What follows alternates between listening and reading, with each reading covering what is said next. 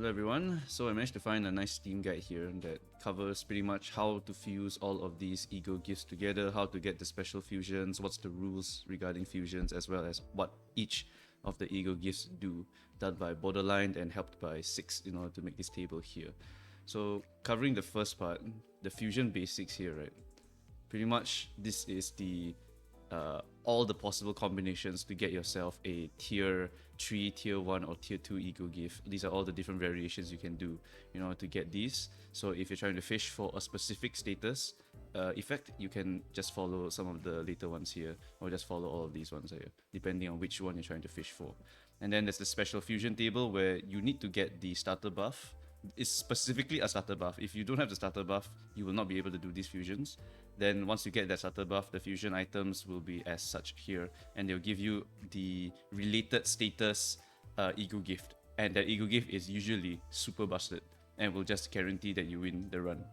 Pretty much. It just makes your status go absolutely crazy. And I love this design by Pimon.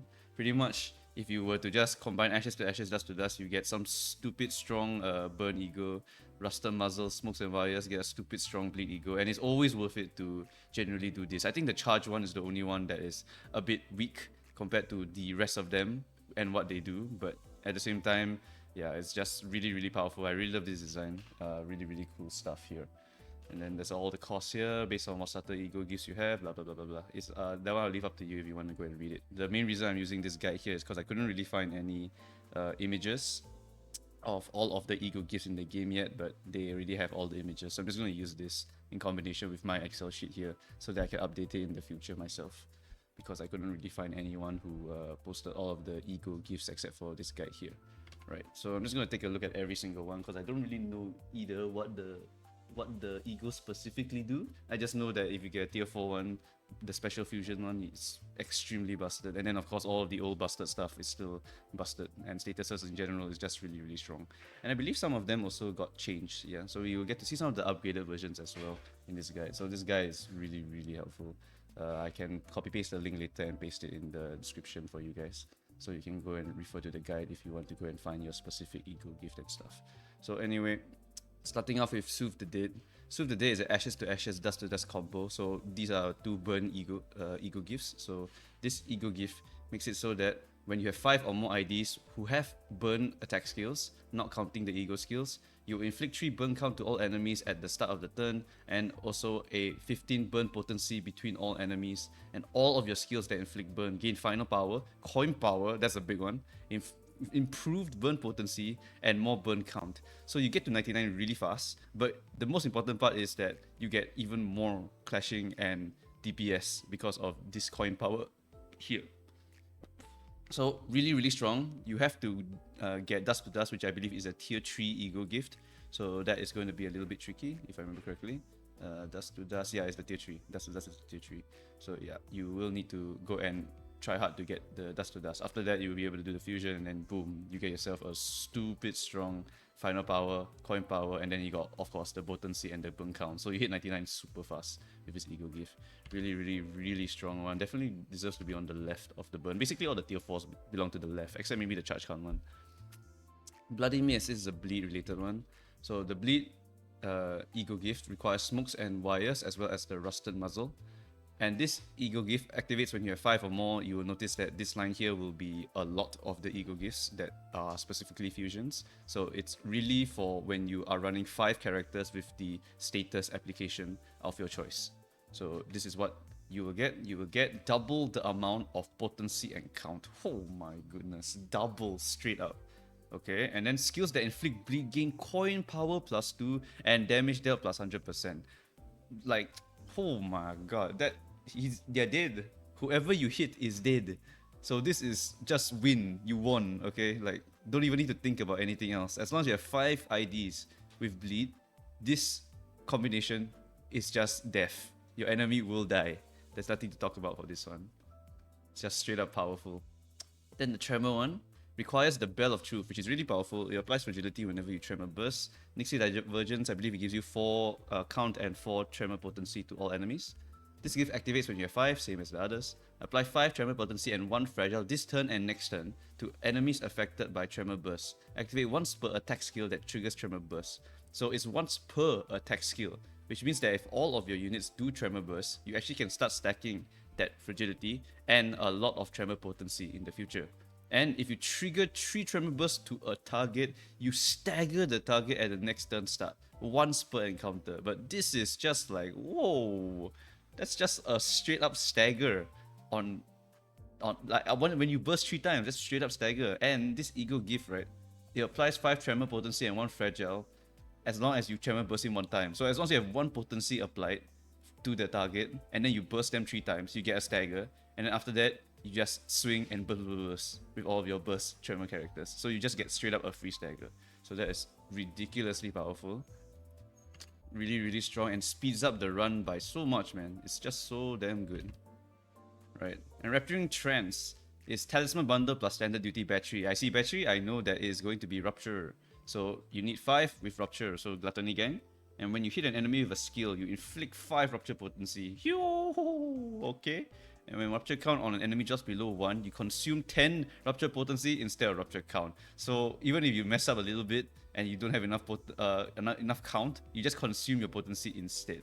So it's, yeah, I mean, this part here, right, that's disgusting. This is an actual disgusting amount of Rupture potency. This is like Thunder Branch, but insane. Yeah, this is like Thunder Branch, the left side of Thunder Branch, but more insane. Then it doesn't really support your count application, but since you're running the Rupture team anyway, you will be getting the count from other sources anyway, from your Dimension Shredder, from your other like Thunder Branch. Thunder Branch also applies count every time you're hit with a Rupture skill, so it's just super, super strong. My goodness, 5 Rupture potency per hit is just dumb. Anyway, Black Sheet Music. Oh wait, 5 Rupture potency, that's just a Talisman Sinclair. But at the same time, this is on every hit, so yeah, that's still super strong. Black Sheet Music requires Midwinter Nightmare and Headless Portrait, both are sinking Ego Gifts. Activates 5 sinking. When hitting enemy, inflict 5 sinking potency. Okay. All enemies regain sinking count equal to sinking count consumed from getting hit last turn. Oh. All enemies regain sinking count equal to sinking count consumed from getting hit last turn. So they regain half of the sinking count that you consumed last turn. So if you apply 10 sinking count from Rodion's Rhyme Shank, then at the turn start, they will recover 5 count of that sinking count because you consume 10 sinking count in total. Yeah, okay, so this helps to shore up your sinking count application, which will probably help your Rodion just do a very high application of that sinking count for the team. This part here already stupid strong. Then you also got count application stuff here. Yeah, this bottom part here is quite nice for just maintaining the count or the status on the target, so you don't drop below your 99 Rupture, you don't lose too much of your sinking count. So yeah, this is still stupid good. Definitely something to get. As you can see, all of these, right, are just really, really strong. Basically, on hit, apply certain amount of status, and then after that, the bottom text is just help you to maintain your sinking count or help to maintain your Rupture charges. But this one kind of sacrifices your Rupture charges in order to maintain the count. But at the same time, you probably stack up to like 90 something Rupture really easily anyway, so it should be totally fine, honestly. Right, Lucky Pouch, 4-leaf Clover plus Ornamental Horseshoe, those are Poise. So we got gain Poise characters. If a random ally with Poise crits on an enemy with a skill, all allies gain 7 Poise and 7 Poise count at next turn start. Whew, oh my goodness, that's 7 and 7, that's crazy. Oh, because 7 is luck, okay. Skill tree of identities with skills that gain Poise, they gain final power, then coin power plus 12 divided by number of coins. This is an interesting calculation, I do not know why it's like this. But anyway, coin power plus is just insane. But I guess there's some single coin crit moves, right? So coin power plus 12 divided by 1. So that is coin power plus 12 to claim your bones, right, from Sinclair. Yep, so I guess it's more coin power if you have less coins. And then if you have a lot of coins, you still get quite a bit of coin power. What does Pequot Yisang count then? Because Pequot has a repeat coin. Does it still count as 2? Because then that guy gets a shit ton of power, because Pequot Yisang is ridiculous whenever he has Poise. So if he technically has 2 of that coin, or is it 3 of that coin? I think it's 2 of that coin. Then he'll do coin power plus 6. Plus 6, and then you reuse the coin, and then you get plus 6 on each coin. Oh my god, the enemy is dead. Damage dealt plus 50 divided by number of coins. Oh my god, Pico Isung is disgusting. He's not okay. With this calculation here, it's just not okay. Because he naturally has low coins, but actually he secretly has a bunch of coins. Because he reuses the same coin. Oh my, that is disgusting. I wonder how that actually works for it. But I can see that this is just super strong anyway. It's coin power. It's literally coin power. There's no way coin power is not busted in this game. Coin power has always been something that is really, really strong anyway. So definitely belongs on the left. Alright, so this one is the charge one. Risk guard plus material interference force field. First turn start off with, all allies gain 5 charge barrier and 2 damage up, which is okay. Next turn, each identity gains total charge count consumed by skill use divided by 4 offense level. Maxes out at 40 charge count consumed or 10 offense level up. It's okay, I guess. It's not like Telepole, right? The Telepole Ego Gift gives you 5 charge count, then you get another Ego Gift. I can't remember the second one. It also gives you another 5 charge count, so you get to do your big skill trees on turn 1 for humongous damage. That's pretty much the thing I like about the charge count gang. And charge count gang is naturally stupid strong even without sources of charge count from the Ego Gifts, because they already generate their charge counts really, really fast.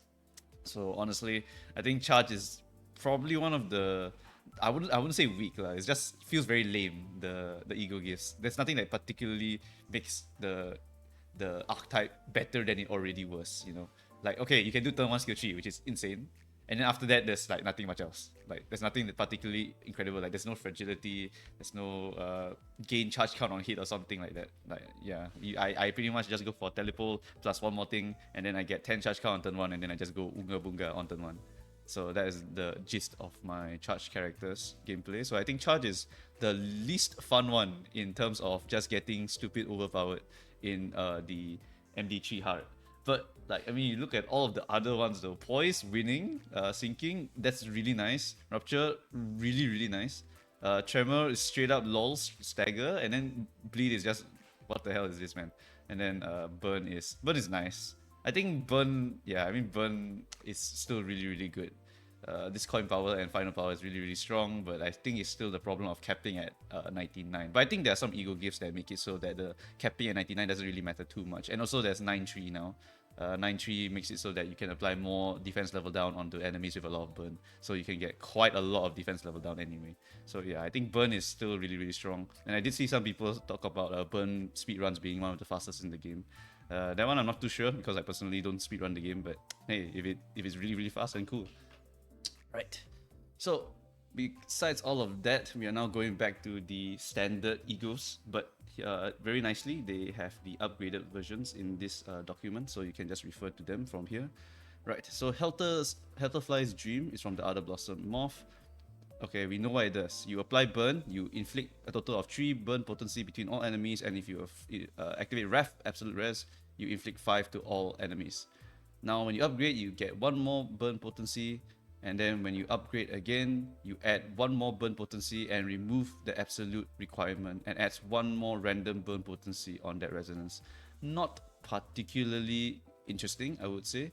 It's just add more burn potency, but burn naturally, right, applies pretty damn fast. So this is not particularly needed, but it is still something you just take, you know, when you see it. It's like, oh, it's burn, just take. So yeah, it's not too much of a big one for the burn gang. It's just, oh, okay, I see Hellterfly, I'm just gonna take Hellterfly. Right, let me slap him here. My Excel sheet game is weak, so pardon me. Right, I'll just put him here first. Okay, Perversion. Perversion is, yeah, it's just a generic good one. Don't need to talk about it. There's no upgrades for this one, but it pretty much helps you to get more ego resources after you defeat an enemy. And if you get it quite early, you will get a lot of resources by the end of it. So yeah, really, really good stuff here. Ashes to Ashes. So Ashes to Ashes, we got ourselves a burn ego gift. This is part of the combination in order to get the mask from the burn gang. Ashes to Ashes is just if all enemies have burn, inflict 2 burn potency. So this is pretty much it's a combination with Ashes to Ash, Dust to Dust. Yeah, it's a combination because combat start. If all enemies have burn, then you inflict 2 burn potency on all enemies. So this requires dust to dust if you want to get the trigger to apply that 2 burn potency. But when you upgrade, it removes the burn requirement, which makes it so it applies that. And then the second upgrade inflicts 3 burn potency on all enemies. This, in my opinion, right, is nothing but fodder for the fusion. You only take this just for the fusion part. You don't really care about this burn thing here, because it's really very small and only triggers on combat start. So this is just fodder, in my opinion. It's still a very high priority take, because you want to fuse into the very, very strong Ego Gift tier 4. But at the same time, it's not particularly good by itself. You need to get your dust to dust and then fuse in order to make it really, really good. Phlebotomy Pack. When hitting enemy with a skill, you heal 12.5% of the character's missing HP once per character per turn. It is really nice, actually, because this one will help you to sustain yourself in a fight, and so when you do your win rating and you accidentally lose, then you are not like losing anything in particular. So it's just a really, really good ego no matter what. Wound Cleric. This one has an upgrade recently, and I believe they changed it a little bit. When you hit an enemy with a skill that inflicts bleed, you inflict 4 bleed potency. I believe last time it was also Wrath affinity. Now you have to upgrade in order to get that Wrath affinity onto the Wound Cleric, and then you also inflict 5 bleed potency. That is really nice. Okay, so you get more potency application, and your Wrath skills will also apply bleed. But then the next one is really, really strong. When hitting an enemy with a skill that inflicts bleed or with Wrath, you inflict 5 bleed and 1 bleed count. Bleed count has always been something that limits the damage of bleed, because when the enemy uses a bunch of coins in one turn, you can't exactly maintain your bleed count, because that is really, really tricky. So having on hit bleed count, like Thunder Branch, right? Thunder Branch is really important for Rupture. For bleed is also really important. So this is really, really powerful and definitely a must get every time you see it. Pretty much bleed loves this ego gift here. It's 100% something you always go for. Yep. And then for Carmilla, general damage for human fights. All enemies take fixed damage 20%, then 25%, then 30% when you upgrade. I think this one is not something you buy.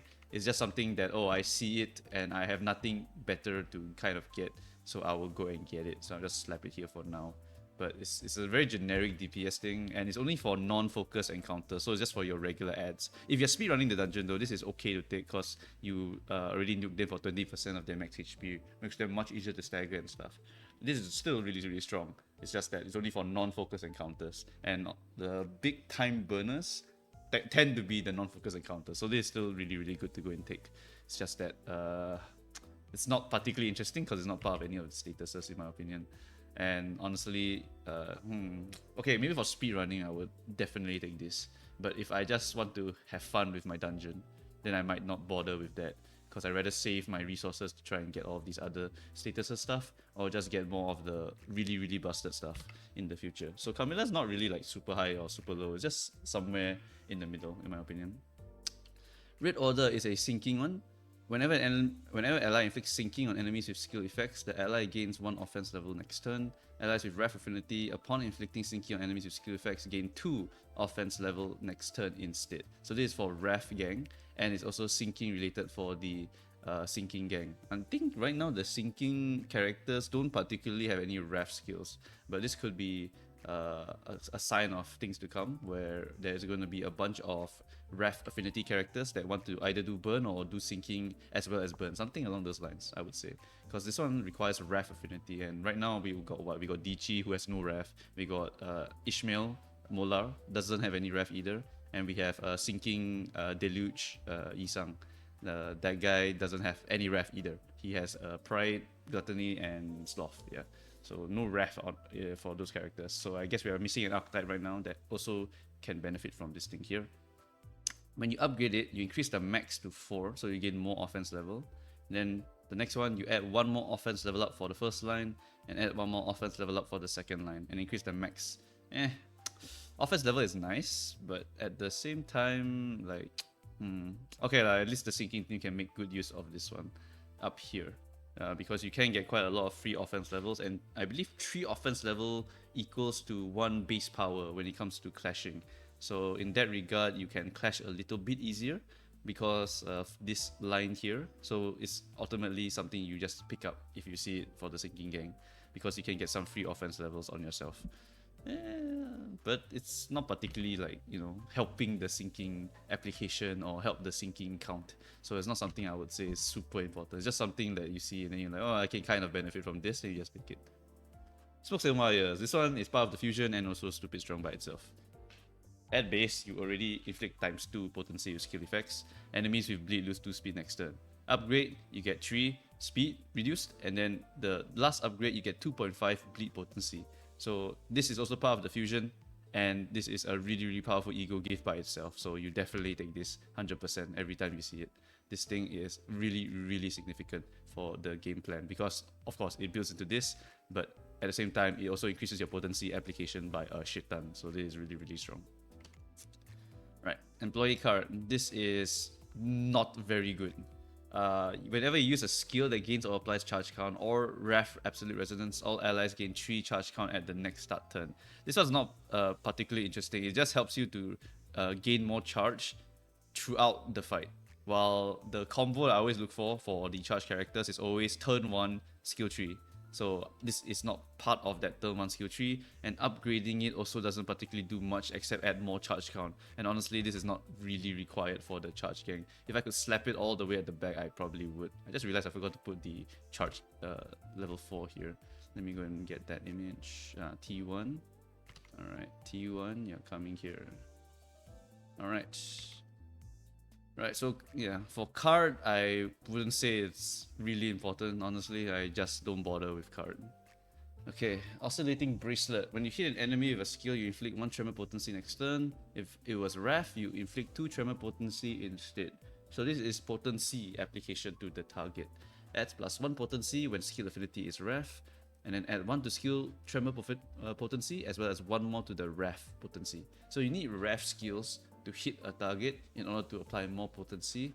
When I'm thinking about it, I think there's only 2, the Molar gang, that can get the Wrath applied. Molar Otis has weight up on the skill 1, and for Yisang, I think his skill 3 is the Wrath one, if I remember correctly. I never used Yisang, the Tremor applier, in a long time, because I haven't built him yet, running low on resources. So yeah, should be those 2 that get the additional potency application. And of course regret files, yes. So those 3 are pretty significant at applying this Tremor potency part here. I would probably just take this whenever I see it for the Tremor gang, because applying that potency will help you hit the cap, and then you just burst Tremor for 99 every turn, and that will help you hit your highest damage cap on your Mola Otis really fast. Yeah, probably just take that when I see it. Not particularly important though, in my opinion. For Tremor, the big one to get is going to be that bell. That bell is really strong, and of course the tier 4 one lets you stagger the target after 3 turns. That's just stupid. Yeah. Glimpse of Flames. This is the tier 4 one. Really strong, because this makes it so that you burn your targets faster. Consume half of burn count on enemies with the burn to deal burn potency X consumed burn count. So it will just do the math for you. It will take your burn times the amount of burn count that it consumed. So if you applied like maybe 10 burn count on the target and you have 99 burn, it will take 99 times 5 of that burn, and then it will do bonus wrath damage to the target. And then targets also lose burn count consumed by the Glimpse of Flames divided by 2 defense levels for the next turn. So if I lost 5, then I would get 5 divided by 2. The enemy loses 2 defense level for their next turn, which is not particularly big because 3 is about 1 fragility, but it's still something. This part here is the more important part, the first one. That speeds up the burn, because the problem with burn is it takes 10,000 years for you to burn through all of the burn count that you've applied, because it only triggers once per turn. But this makes it so that you are burning the guy. You're speeding up the burn. Yeah, it's practically kind of like burst burn that I've been wanting, but in this case, it's just speeding up your dot, which is really powerful for the burn gang. I think this is one of the most important burn things to get, and you can upgrade it. This is one of the tier 4s that can be upgraded. The others couldn't be upgraded, but this one can be upgraded. You can upgrade it so that the wrath damage is now 1.5 times, and it also increases your defense level down by the max can go up to 5. And then the last one is your wrath damage increased 2 times, and then increase the max by 3. This is a very worth it ego. This is definitely something you see and then you just immediately take, no questions asked. because this thing is just stupid strong. I will definitely just slap it all the way here. This guy, he can just go here or something. I don't know. First aid kit. This one is, I would never buy it. I would never spend 230 cost for this thing. But if I see the event for it, I'll just take it. So yeah, it's an okay ego in my opinion. It's good. One ally under 50% heals 25% of their max HP once per encounter, and does not activate if the ally is dead. So it's just okay. I personally just take it whenever I see the event, and I never actually buy this. I rather get lithograph, or I like to get the painting. The painting also is very strong, because that will give you a lot of sustain throughout the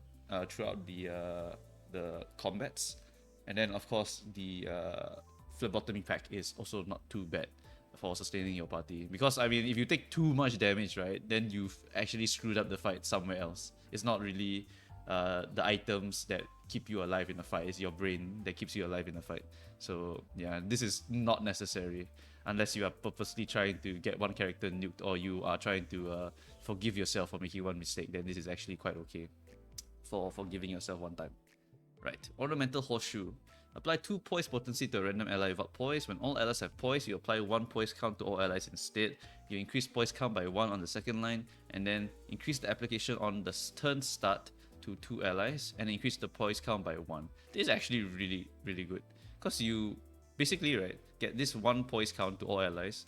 It means that pretty much as long as you just don't crit for a while, if you have low Poise potency, you will just keep that Poise forever. And then in the future, when you upgrade this, you pretty much get a lot of Poise count. So you are able to start stacking your Poise to a ridiculous level, and then you can go Unga Bunga onto your enemies. So honestly, even though this is a tier 1 ego gift, it's really impactful because of the count as well as the potency. It doesn't, like, most characters usually have a way to get their own potency, right? But the Poise count is usually the problem for a lot of these characters, which is why this being 3 Poise count, as long as all allies have Poise, is actually really good.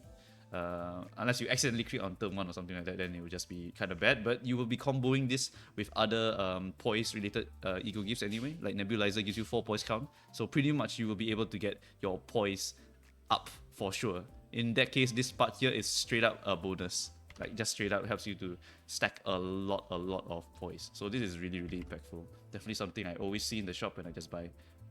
Coffee and Cranes, I don't need to say a damn thing. This one goes into, every time I see it, I will go and buy it. Every single time I will go and buy this thing.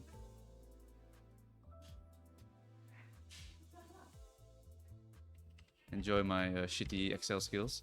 So anyway, yeah, this thing, whenever I see it, always buy. Because Ego Resource always allows you to do crazy amounts of stuff when you are getting to the end of a run, because you can just Unga Bunga that boss with Ego Gifts instead of actually playing its mechanics. Really good shit. Eclipse of Scarlet Moths. This one is just good, like generically good. When dealing damage with an attack skill for the first time, deal half its damage as a fixed damage to a random enemy. If the attack skill affinity was last, then you deal that same damage to 2 random enemies instead. Doesn't really matter who does it. Basically, you're just getting free damage to a random enemy. It is just free damage. So I am definitely always going to take this pretty much. I'll just organize this later, screw it. This is such a pain. Grimy Iron Stake. This one, when hitting an enemy using a single coin skill, inflict 1 bleed potency and inflict 2 defense level down until the end of the next turn. If target has bleed, you inflict 3 additional bleed potency as well. I don't ever buy this. Like, this is not something I ever buy. It's because it's just like, whatever, man. When hitting an enemy using a single coin skill, so I guess egos and your skill ones, you inflict 1 bleed potency. If target already has bleed, then you inflict 3 bleed potency as well. So this is not particularly good. And I'm pretty sure Grimy Iron Stake is not even used for like the fusions, right? I need to scroll back up. Yeah, Grimy Iron Stake is not even used for like the fusion. So it's just kind of like whatever, honestly. I don't particularly get this ego. I don't buy this. If I get it for free, then I get it for free. But I don't ever buy this ego gift. It's just like, it's too small, the effect. It's just too small. The other ego gifts for the bleed gang is just way more impactful than this. Wound Cleric, like straight up always buy. And then I see the, what do you call this? This barbed wire, always buy also. Yeah, but then I see nail, I just like whatever, it's just there. Fiery Down. When hitting an enemy with a skill that inflicts burn, potency, or lust affinity skill, you inflict 3 burn potency. If enemy has 20 plus burn potency, then you will times 2 the potency, I think, if I remember correctly. So that means this thing just helps you to get to your 99 burn potency really, really well. And then increase to 4 when you upgrade. And if enemy has 20, then you multiply it by 2.5 times instead of 2x. So this just helps you to get to the 99 burn potency really, really fast compared to normal. So maybe around 2 turns pretty much, and you'll be able to get your 90 or 60 or 80 burn potency. And then you combine it with the other one just now, the glimpse of flames, and you have yourself a really, really powerful burn team that will shred through enemies. Yeah, really, really powerful. Also, Fiery Down is I think a Final Fantasy thing, right? Fiery Down is used to revive people in Final Fantasy games. Really, really cool reference. Yep. This is one of those that I'll always take when I see it. Bloody Gadget. This one is also one of those where if I get the event, I'll take it. Otherwise, I will never buy it. Because turn start, apply 2 damage up to a random ally. Prioritize allies with lust affinity skills. Apply 1 additional damage up to the said ally. Then it becomes 2 damage up, and then now 2 people benefit. It's 163, so I personally don't like to spend on this Bloody Gadget, because I would rather save up for my status that I'm trying for, or I'm saving up for even more busted stuff. Basically, I don't treat this as a very high priority ego gift in any of my runs. I just think that this ego gift is like whatever, honestly. I just like paste it here or something. It's not particularly very good. Shout with the Flask, no question about it. This one is 100% take every single time. Yep, this is definitely always take. Gain 1 ego resource for every sin affinity at encounter start. If you get this early, it's very good. If you get this late, then it's not very good. But if I see it early, I 100% always buy this. But if it's like maybe the last floor or 1 floor left, then maybe I will not buy it. But at the same time, if I'm at the start of the last floor, I will still get it. Because 1 ego resource for every sin affinity at every encounter start, there's a lot of resources, even if you do get it near the end. It's just that if it's like literally right before the boss, then it's actually worthless. Yeah. So that's the only time I don't get it. But this is a really, really powerful one to stack up that ego resource. Cigarette Holder. Pretty much allies with Poise gain 1 power up. Allies with 5 plus Poise count gain 2 power up instead. Just take. Like, you with the Poise ego gift and the Poise gang, you straight up will always have this thing going on. So yeah, definitely something to just take anyway. So just really good shit. Barb Snare. This one is just Rupture potency on all enemies, equal to their current speed values. When you upgrade it, you add 1 to the speed value Rupture potency gain, so you add +1 here, and adds 1 more when you activate your Lust Absolute Resonance. So when you get Lust Absolute Resonance, you apply 4 Rupture potency and 3 Rupture count to a random enemy. The thing is, when you are doing the Rupture gang, you're not getting that Lust Absolute Resonance. I can't really think of any combination of skills in the Rupture gang that actually gives you that Lust stuff. So yeah, I don't ever like trigger this part here. I only take it if I just want to apply a bunch of free potency on the top part here. And then the last upgrade, add 1 to the speed value Rupture potency gain, and adds 1 when activating Lust Absolute, and adds 1 when activating Lust. Yeah, so I only really take it to add more potency on the top part here to help me get to my 99 Rupture as fast as possible. So it's still taken just because of the top part, but otherwise I don't really take it. For the bottom part, the Lust Absolute part is like, I don't know when I'm actually going to trigger this. It's Absolute Resonance, so you need 3 in a row. Yeah, I guess maybe if I ego it, I could maybe hit it, but otherwise, nah. Rusted Cutting Knife, Tier 3 Bleed Ego Gift. This one's really good. When inflicting bleed with skill effects against non-staggered, you inflict 1 potency and 1 count. Anything that applies 1 count for bleed is really, really good. If the skill's affinity was Lust instead, then you inflict 3 bleed potency and 1 bleed count instead. So it's just add more bleed potency, which is fine, honestly. I think KK Ryoshu has some of this. I think Huklu has this as well. And I think KK Honglu also has this as well. I can't remember if Massault has a Lust attack. I think Massault Rhino might have a Lust attack. So he also applies a bunch of bleed stuff. Yep. And Massault Rhino is pretty much one of the kings of applying the bleed count. Right, and then the upgrade removes the non-stagger requirement, add 1 to bleed potency, and then add 1 more to bleed potency and 1 to bleed count when the affinity is Lust. This upgrade makes it so you do 2 bleed count, which is ridiculous.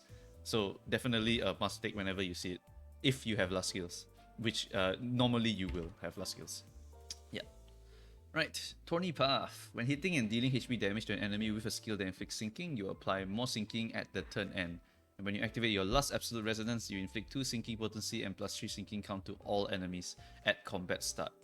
When you upgrade, remove Absolute Resonance requirement, and upgrade adds 1 to the count and potencies throughout. I don't think this is very important to the game plan because when I think of the sinking team, I really can't think of Lust either. They're not really Lust or Wrath characters. They are sloth-focused characters, in my opinion. Yeah, they are usually very sloth-focused. So I can't really think of anything that triggers the last resonance for this sinking part here. So not particularly important. Is it actually part of the? Is it part of the tier 4? This is Thorny Path, right? Thorny Path. Is it part of the tier 4 ego gift at the top? Tier 4 for sinking. Sinking. It's this one. No, it's not. So yeah, it's really whatever. So Thorny Path is not particularly important to the sinking theme. Red Sting Gossipium. This is really good. One of my favorites to see and just take. Like Bleed. Whenever I see these 4, I'm just like so happy to see them because they just go for the game plan really well. So Red Sting Gossipium inflicts 1 bleed potency and +15 bleed count to all enemies. This shit here is crazy. So you'll get 15 and then all you need is a little bit of maintenance bleed count and then you will have infinite bleed count on the target and you can tap yourself and just stack him to 99 bleed potency and then boom, he will just die. I think that's really fun. Turn start enemies with bleed lose bleed potency divided by 3, offense level and defense level for the turn. Maxes out at 30 bleed potency. So you will inflict -10 offense level and -10 defense level for the turn. That is 3 point something fragility, and this is they lose 3 clashing power against you. Yep. So stupid strong. This upgrade adds 1 more to the bleed potency, which is not particularly interesting because it's only the first turn. And then adds 1 to starting bleed potency and 5 to the bleed count. So you get 20 to that. And enemies lose bleed potency divided by 2 instead of divided by 3 offense level and defense level. Honestly, this part here doesn't really matter because usually by the time you get to like this amount of bleed count, you already have all of the other stacking ones like Wound Cleric or the knife. I can't remember the name. It's the pen knife. That shit will just help you to get to your 99 bleed count really fast. So the bottom part is not particularly important because you will get to 90 really easily. And then the 20 bleed count here is really helpful. The 4 bleed potency and whatever. So I would say that actually just taking this right and not upgrading it is actually pretty good already. Because all you really wanted was that +15 and +20. If you really need +20 in order to make sure the guy dies, I don't think that's the way to go. And anyway, Pequod Heathcliff now also applies a bunch of bleed count based on the potency. So by that point, right, you should be able to apply a shit ton of bleed count back onto the target through your Assaults, through your Pequod Heathcliff skill 2, if I remember correctly. The one that makes it so that you apply a bunch of bleed count back to the enemy. Yeah, so yeah, I don't think you need 20 bleed count. You like 15 is already plenty, and then you just go and get yourself another ego gift to help you stack up that bleed count, and it's just really strong. Voracious Hammer, after winning a combat encounter, gain 3 costs for each enemy defeated. Really good, really good. You try to get it early. If you can't get it early, then it is not very good. Maybe I should make a separate section. I'll think about it later. For now, I'll just put it like this, and then I'll update the final one if you guys really want to go and see it.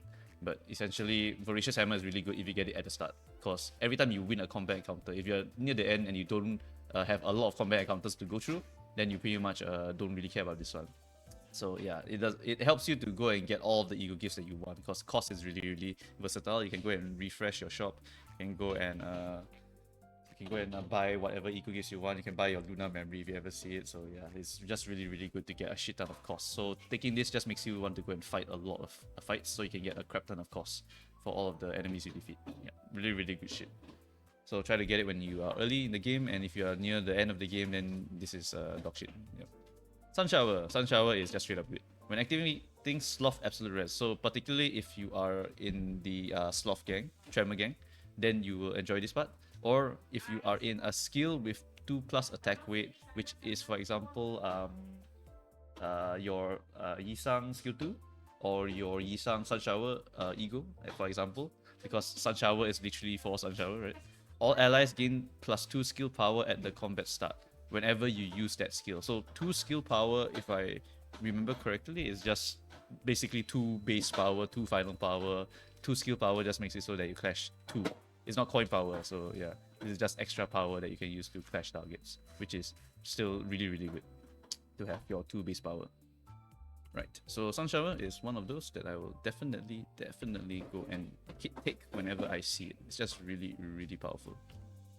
Right, so that in mind, let's move on to the next one. Today's expression. This is specifically for Blunt Gang, but if you have Blunt or Sloth Gang, then you can just go and take this, because it increases your Blunt skill power by 2 until the end of the next turn, which increases your damage output by a little bit, your clashing power by a little bit. After defeating an enemy by using a Sloth Affinity or Blunt Damage skill. Do take note you need to defeat, so it's really only useful if you're trying to speedrun a lot of your ad fights. If you're fighting like a bunch of regular battles, right, then killing an enemy with your Ninclair, for example, will buff your Ninclair even more for his next attack, which is really, really powerful. So yeah, this is specifically for 2 teams, so it's still quite good, but if you are not running any of these teams and you're not using Blunt Damage, then this is kind of garbage for you. Talisman Bundle. This one is not particularly important, I would say. When an ally deals 12 HP damage to an enemy with a skill, you inflict 2 Rupture potency on target, and when you use a slash skill, inflict 4 instead. This slash part here is pretty much for the Gluttony gang, because if you look at the Gluttony 7 Association team, they all use slash. Like, they're pretty much all slash characters. I think Heathcliff has 1 stabbing move, and 7 Otis has a bunch of blunt moves as well. So yeah, slashing is basically their agenda anyway. And you add 1 Rupture Potency inflicted on slash and on 12 plus damage, so you apply even more Rupture Potency. And then when an ally deals 1 plus HP damage, what? Applies when dealing any damage now. Oh, okay. And adds 1 Rupture count on the slash skill. Oh, wow. Okay, never mind. I take it back. This is really good. Oh my god. Yeah, I'll take this, upgrade it to 3, because plus 1 Rupture count is kind of insane. And if you are running Thunder Branch as well, Thunder Branch plus plus, then oh my god, you will just be able to get infinite Rupture count onto the Rupture gang, and guarantee that you will be able to go and stack up to your 99 Rupture with your 99 potency slash count or whatever. Yeah, it's just stupid strong. Yeah, this part here, if I see count, I love it. Yeah, okay, so my eyes are open. Talisman Bundle used to be kind of like whatever, but with this new upgrade here, adding that plus 1 Rupture count is definitely something to upgrade for sure. Alright, the coin. This coin is so famous, I don't need to talk. It's just a tick every time you see it. I'll just paste it like here and just adjust this later. Basically, whenever you use a single coin attack, right? But this single coin attack skill counts for egos as well, so that is just... yeah, you just ego 1 time Sun Shower and then you ego again with Sun Shower. The bad news is that you might corrode after you do Sun Shower, so you might kill all of your team instead. I've had that happen a few times, so yeah, that is a little bit of a problem. But the additional effect here is after defeating an enemy by using a Sloth or single coin skill, the ally gains plus 1 skill power for the next turn. So honestly, this coin, right, whenever you get whenever you bring your Yisang along with the Sun Shower Ego, this shit is like my default always take. And even if you don't have Yisang, you can just use it on any Ego in the game. 4th Match Flame, Other Blossom Star, Fluid Sac, all of those are single coins. So all you gotta do is just use your Ego first, so that this coin will trigger, and then the enemy will get hit by double Fluid Sac, and then your whole team heals by, what, a fat stack of 30% HP, and they gain 40... is it 40? I think 40 something sanity. It's just stupid strong with anything really, because doubling your skill is just, yeah, it's super strong. Blood Sweat Tears can be taken on anything really, because it's just whenever you stagger a target, you deal more damage. It's just particularly good for the Tremor gang, because Tremor gang's goal is to stagger a target, and if the skill affinity was Sloth, which they are very focused into Sloth, then you'll be able to do additional damage instead. For example, your Mola Otis with a Daring Decision, your Regret Faust. Well, Regret Faust, unfortunately, the big damage is Pride and Wrath, so not going to get the Sloth affinity stuff here, but still being able to do this to the staggered target is still a lot of free damage anyway. This is one of the ones I always see, I always take, because staggering is just a part of the game anyway, so you are always going to get value even if you're not a Sloth dealer. I mean, if you're playing Sinking gang, right, you also have like 3 characters with Sinking. Sun Shower also benefits greatly from this, because you also do a crap ton of extra damage to stagger targets with your Sun Shower. And if you get this plus coin, you get some stupid damage number sometimes. I've hit like, what, 600%, I've hit 800% before with all of these Ego gifts. So yeah, it's just stupid strong. Stone Tomb. Gain 1.5 times Poise potency. When an ally defeats an enemy with a Sloth skill, they gain 2 Poise potency and 2 Poise count at the next turn start. I think Poise gang still doesn't have too many Sloth skills, so this part here is not very important. Remove the affinity requirement. That's the big one. Yeah, that's the big one. Okay, and add 1 Poise potency. So now you don't even need to care about the Sloth part, so now you can use it on anyone. And then you get 3 Poise potency and plus 2 Poise count as long as you defeat an enemy with a skill. That is really, really good. So yeah, that is just very, very strong. Actually, if you upgrade it one time, right, you can actually just slap it onto like what a team with Ninclair, for example. Because Ninclair with crit is kind of disgusting. So yeah, one of the actually interesting options to go for. And allies gain 2 times Poise potency from skill effects. You gain 4 Poise potency and plus 2 Poise count at the next turn start. Yeah, basically take it and then upgrade it as soon as you can to at least like the first upgrade. And then after that, if you can, just push it to the third one and you'll be able to get quite a lot of Poise onto your characters. Maybe 99 Poise and you're critting every single attack. Some shit like that. Really, really good in combination with the others, but you will need to get something else to give you more Poise count because this is on defeat. So getting that Poise potency multiplier is really nice, but you need to have your Poise count already settled beforehand. So try to get the other ego gifts first before you get this one. Portable battery socket. On the turn start, 2 random allies gain plus 2 charge count. Upgrade it, and then you remove the absolute rest at the bottom, the sloth part. 1 random ally gains 3 charge count at combat start. So the fact that it's random means that sometimes you might be able to get a turn 1. But there are 2 ego gifts in the game that just give you straight up the 10 charge you will need to go and pop your skill tree. So this is not really one of them, but at the same time, if I see this, I'll probably just take it anyway because whatever, right? Might as well take it for the charge team because charge team is already very strong without like all of these things. So not particularly important to get, but something to just take when you see it. Dust to Dust. This one is the part of the combo, so definitely it's just going to be up here for sure. By itself, right, at the start of the battle, it already inflicts potency and burn count on all enemies. And when you activate Sloth Absolute Resonance, you inflict 3 burn potency and plus 2 burn count on all enemies. So it really helps you by stacking already at the start. I would probably not upgrade because you can try to go for Ashes to Ashes at this point because the Ashes to Ashes is tier 1, which is a lot easier to get than this one. So you can pretty much go for that, then go for the fusion, and then boom, you have your tier 4, and that tier 4 gives you coin power plus final power, and as well as like a bunch of potency and burn count stuff. So that is really, really, really good. For upgrading this just makes it so that you inflict even more burn potency at the start of battle, and you inflict more burn stuff whenever you activate Sloth Resonance. Sloth Resonance is not too bad to activate with the Liu Gang. I believe you can also use someone like Yi Sang. One of the Yi Sangs gives you a lot of Sloth also, so you can activate the Sloth Resonance. Yeah, so you can probably just use that as well as the 4th Match Flame Yi Sang in order to do a lot of burn stuff. So this one is quite okay to upgrade, but at the same time, you might as well just go for your Ashes to Ashes at this point. So yeah, Ashes to Ashes. Yep. So besides that, let's talk about Melted Spring.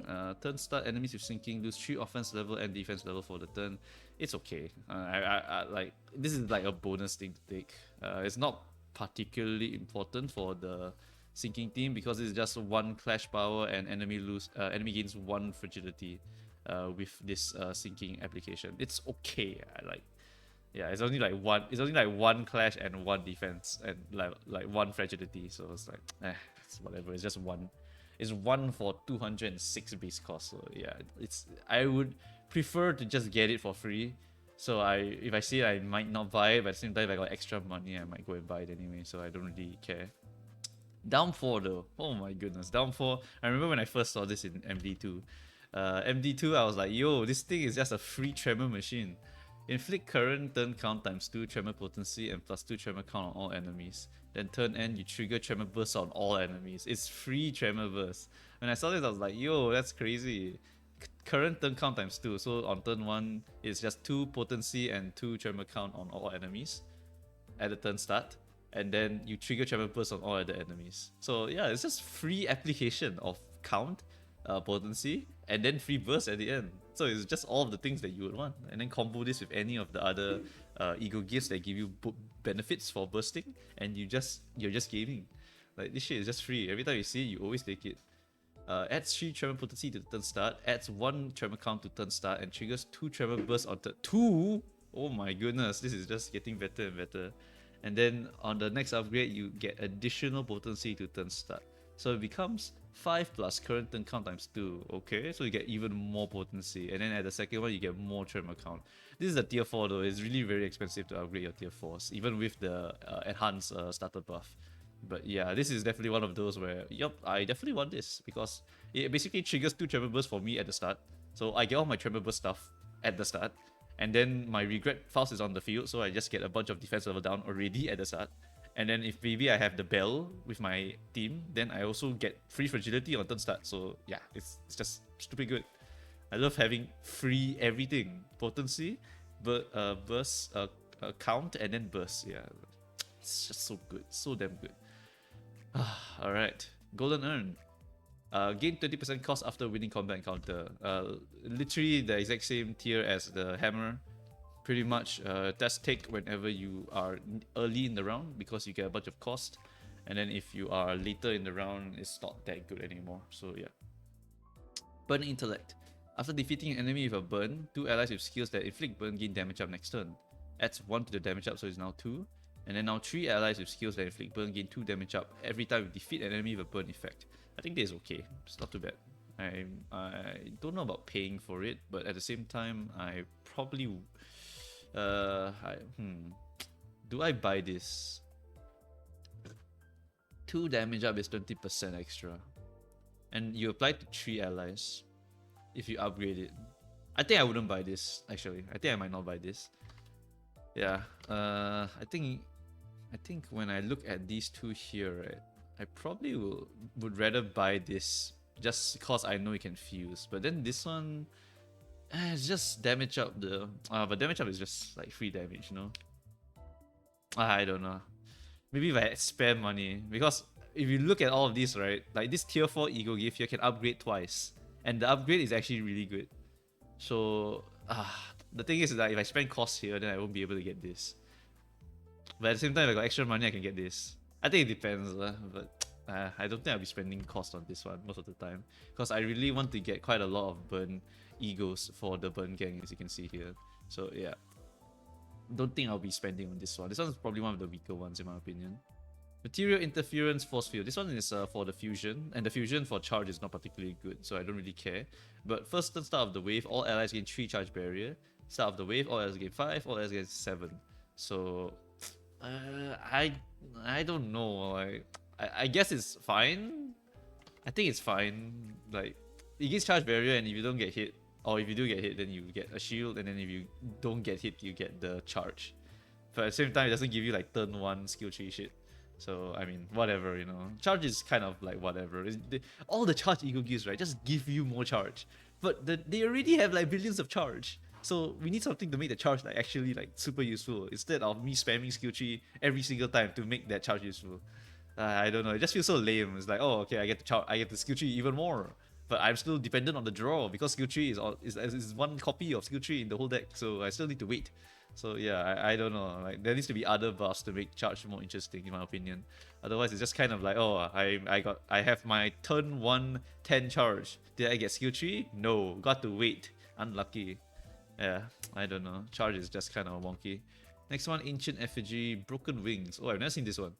Turn start, select one of the fastest allies and apply 5 haste to them. Select one of the other fastest allies and reapply the gift effect to them. Expires if no allies can be selected. Allies without the ancient... Oh, so you can speed up the entire team. Oh, this is a Sank Ego gift. Yeah, this is a Sank Ego gift. Because you want to go really fast. And then, I probably wouldn't buy this if I wasn't running Sank, actually. Yeah. Because haste, this is a crazy amount of haste, but do you see the cost of this thing? It's 397. Oh man. I think this is literally for Sank and nothing else. So high priority for Sank, but not high priority for anyone else. I don't know how I'm going to do the tierings for the bottom one here. I'll think about it later and maybe I'll post it on the community post. But yeah, this is literally only for Sank, in my opinion. It's not it's like so expensive, and if you're running a status team, then you are not going to spend for just freaking 5 haste, man. Yeah, I mean there are some egos that benefit from the haste, but yeah, this feels like a very Sank thing to do. Green Spirit. is for Gluttony Tremor. After hitting non-stagger by using Gluttony skills or inflicting Tremor using skill effects, this one's the easy one. Randomly inflict a total of 4 potency between all enemies. Potency increased by 2, increased by 2. So you get even more potency. I think this is fine. I would probably just pick this up if I was running the Tremor gang anyway. Wait, oh sorry, this is the wrong one. Slap it here for now. I'm not sure about the priorities, honestly. Milepost of Survival. Take it early, which is very good, and if you don't get it early, it's garbage. Pretty much the same as this archetype over here. Basically, if you get it early and you get a huge amount of value, it's worth. Otherwise, it's not so worth. Lithograph. I always take this just because I don't like to spend resources on my fluid sack too much. So I like to get all of this sustain stuff here in order to make sure that I can stay alive. Crown of Roses. Inflict 4 Rupture potency on a random enemy. When activating Gluttony Absolute Resonance, inflict 2 Rupture potency on all enemies at combat start. I remember this one not being particularly interesting in MD2, so does the upgrade make it even more interesting? Increased by 1 more random enemy, applies 1 more potency. Turn start, inflict 4 potency on 2 enemies. When activating Glut, you inflict 3 Rupture on all enemies at combat start. Then increase by 1 more random enemy, and as 1 more. That is a lot of application. Yeah, that's a lot of application, and it's on all Abno parts. And when you activate Gluttony Absolute Rest, you inflict 4 Rupture potency on all enemies at combat start. So you inflict a total of 8 before you hit them, which is really nice. I think it's okay. You can get it for free also, so it's a pretty okay one. Would I get this? Yeah, I would definitely get this because yeah, it's a +1 Rupture count. And then this is still quite a lot of potency application. Never mind, we just look through all of them first and then we'll do the rating later. Right, Sticky Mark. When hitting an enemy with a Pierce skill or Gluttony Affinity skill, you inflict 2 defense level down. If you are running the appropriate team comp, this is very, very good. I always take it. Otherwise, I will not take it if I'm not running a good team comp for it. Basically, the Pierce or Gluttony skills, if you're doing like, for example, Rabbit Heathcliff with Yi-Sang as well as all the other piercers, right, you get a lot of defense level down. Pretty much stacking to max stacks of defense level down on the target. And that is just free damage. So yeah, this is just stupid strong. And if you're running the Rupture gang also, you can get a lot of value out of this because you can get a crap ton of fragility on the guy. This is basically fragility. You can also get this for free, so you can save up on the cost. White Gossipium is really only for bleed. So if you're not running bleed, you don't take it. But if you are running bleed, you can take this. What this does, right, is a very sad thing, is unstaggering your enemies. Because with the bleed gang, you want the enemy to move, right? Because when they attack, they take damage. So what this Gossipium does is that it will make the enemy unstagger so that they can move and hit you. So that they can get bleeded, and so they will take the bleed damage that you have applied on them. It's very specifically for bleed, because unstaggering an enemy in the DPS phase, right, is absolute dog shit for a lot of characters. So this is pretty much only for the bleed gang and for no one else. If any of you take it with another team, it's kind of throwing because you miss out on a very big damage phase for most of the team comps in the game. Yeah, I'm pretty sure it's only them because besides that, as Burn, you also want to hit the stagger. Tremor, you also want to hit a stagger target because of some of the ego gifts. So yeah, I'm pretty sure it's only for Bleed Gang. This activates only once per enemy per encounter and does not activate against certain enemies that do not recover from stagger. Applies 2 to bleed potency and multiplies stagger level by 5 instead. So then inflict 10 plus stagger level, x5 bleed potency, and 10 plus stagger level 5 offense level down. So you inflict offense level down and you apply a crap ton of bleed potency onto them. When you upgrade again, you add 2 more potency and multiply stagger level by 6 instead of 5. Also adds defense level down. Oh, on top of the offense level down. Oh wow, that's actually really good. Because you still get quite a bit of value. I think only Bleed would take this for sure, but the question is, do you actually want to? Defense level down. I think you take it when you're already set up with your Bleed team and not before, because otherwise it kind of is quite awkward. But at the same time, this effect is really nice. Enemy becomes easier to clash because of the offense level, and then the defense level also makes it so that whenever you hit the guy afterwards, it's still going to do quite a bit of damage. But how much is it? It's 12 plus stagger level times 6. So stagger level 1 times 6 is 6. So 18 divided by 2, 6. So it's 2 fragility and 2 clash power down. Not too bad. I'll probably take it if I was running the full bleed comp and I managed to get some of these earlier ones here. Yeah, I think that's going to be my game plan. Right, Homeward, always take. Literally always take. Homeward is straight up, every time you do an encounter, you heal 12%. And throughout the entire dungeon run, you will just basically be topped up all the time. So this is, in my opinion, very, very good.